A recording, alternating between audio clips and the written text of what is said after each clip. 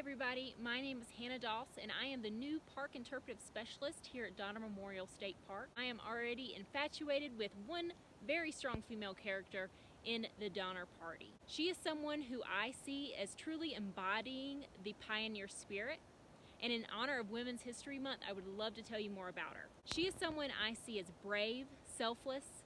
She was a leader. She was determined, steadfast, and loyal. And her name is Tamsen Donner. Tamsen and George had 3 girls together, Frances, Georgia, and Eliza. And then George had several other children from his previous marriages. Their 3 girls that they had together, as well as 13-year-old Aletha and 11-year-old Leanna from his previous marriages, came along on the trip to California. Tamsen was a woman of great character. Tamsen was a dreamer. She wanted to open her own young ladies' seminary in California. Tamsen spoke her opinion in a time where women weren't really allowed to do so. She did not support taking Hastings' cutoff and was said to be, quote, the most vocal critic of Hastings and his shortcut. Tamsen was compassionate.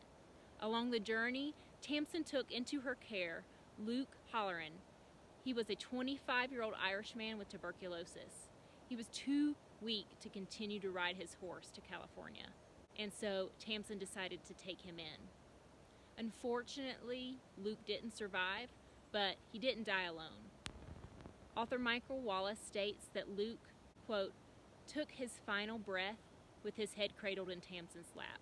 She had cared for him as if he were one of her own children. Can you imagine how much comfort Luke must have felt having someone like Tamsen there for him? Tamsen was loyal. Tamsen would not leave her dying husband when the long-awaited rescue parties finally made it to the summit and to her makeshift encampment. She refused 3 rescues. Tamsen was said several times by rescuers to be in great physical condition as compared to the other members of the Donner Party. But still, she remained starving and cold with her dying husband. Tamsen gave rescuers some money in order to take her daughters to safety. Her hopes was that the money would give them something to start off with, since they were probably going to be orphans. The rescuers were already being paid a fine wage to come up to the mountain and try to save members of the Donner Party. However, they took her daughters to the next encampment here at Donner State Memorial Park and abandoned them and stole the money. When Tamsen found out that her daughters had been abandoned at the next camp over instead of being rescued, she hiked by herself 6 miles in order to make contact with her daughters again. Can you imagine the fear and the anger that Tamsen had as she hiked in the snow 6 miles? After securing her daughters with another rescue party, she then hiked again back 6 miles in the snow to be with her dying husband.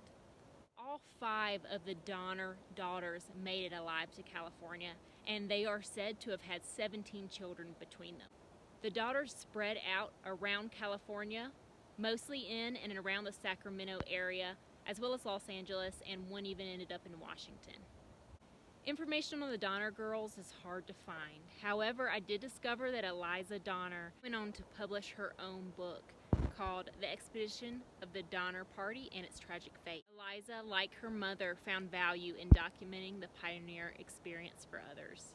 Thank you for joining me today and giving me the privilege of teaching you more about my favorite character in the Donner Party. I hope you find yourself embodying the pioneer spirit like Tamsen Donner by exploring new paths and being brave in the face of challenge.